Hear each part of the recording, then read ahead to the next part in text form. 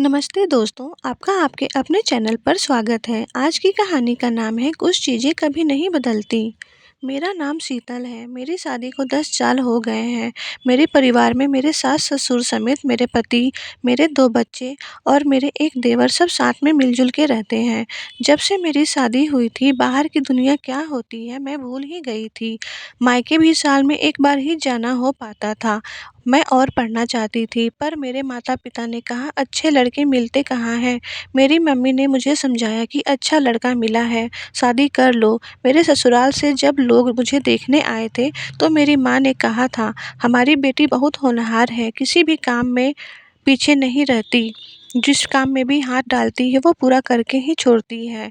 उसने ग्रेजुएशन कर लिया है और वह और पढ़ना चाहती है। वह एक शिक्षक बनना चाहती है। तो मेरी सास ने कहा था, हाँ ज़रूर, वह पढ़ना चाहती है तो हम उसे ज़रूर पढ़ाएँगे। शादी के बाद वह अपनी पढ़ाई पूरी कर सकती है।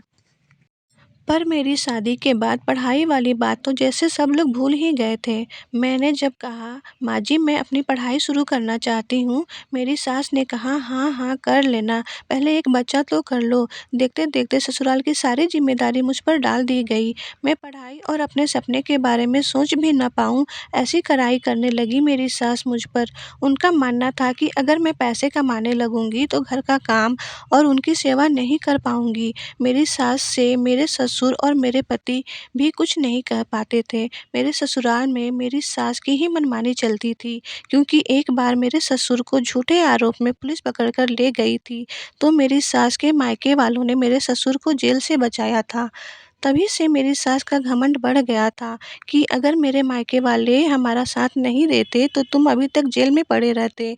मेरी सास सबको अपनी उँगली पर नचाती रहती थी।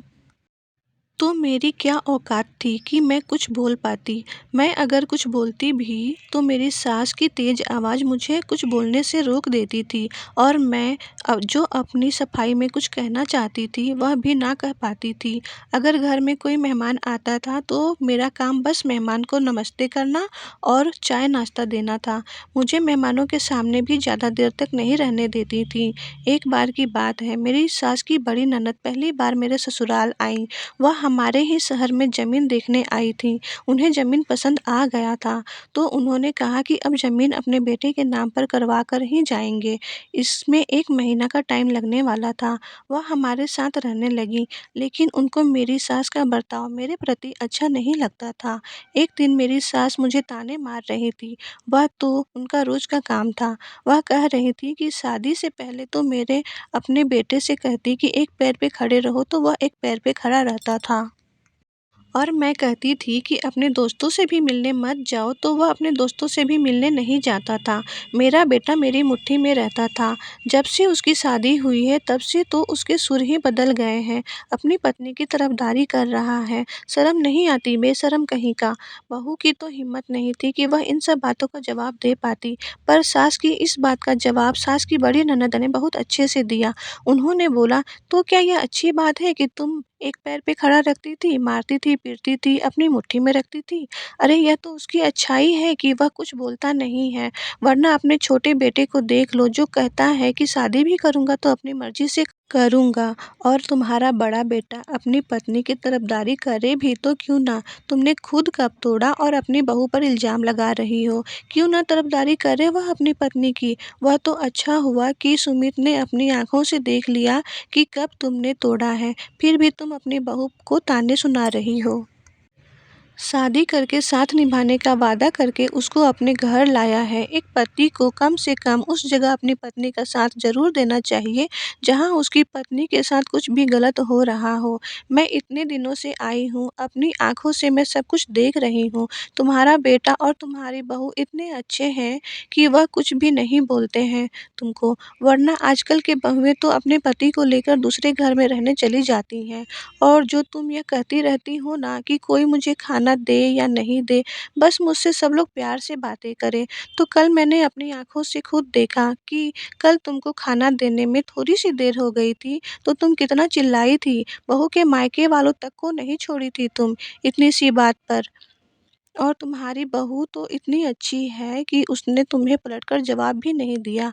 बाद में जब मैंने बहू से पूछा कि क्या तुमको बुरा नहीं लगता है, तो उसने कहा, नहीं बुआ जी, मुझे बुरा नहीं लगता माँ जी की बातों का, मुझे तो उनकी बात सुनने की आदत हो गई है। और तुम प्यार पाने की बात कर रही हो। प्यार उसी को मिलता है जो प्यार देता है। गाली देने वाले को गाली ही मिलती है। यह बात तो सुनी ही होगी तुमने कि बोए बीज बबूल का तो आम कहाँ से पाए। अभी भी सुधर जाओ, अपना बुढ़ापा सुरक्षित कर लो, वरना तुम्हारे जैसे सास लोग का बुढ़ापे में बुरा हाल हो जाता है। मान लो आज तुम्हारी बहू तुमसे सवाल जवाब नहीं करती है, पर जब पानी सर से ऊपर जाता है तब सब लोग अपनी आत्मसम्मान की रक्षा के लिए मुंह खोल ही देते हैं।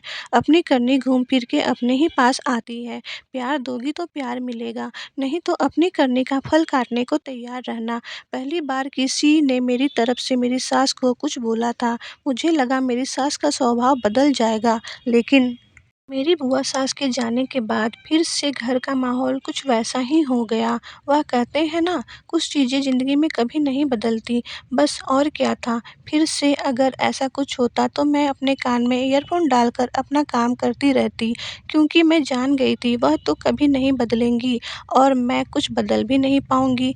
तो मुझे उनकी बातें सुनकर अपना प्रेशर नहीं बढ़ाना है। भगवान जी की जब मर्ज़ी होगी तब सब ठीक हो ही जाएगा। आपको ये कहानी कैसी लगी कमेंट में ज़रूर बताएं। प्लीज़ लाइक शेयर सब्सक्राइब करें। धन्यवाद।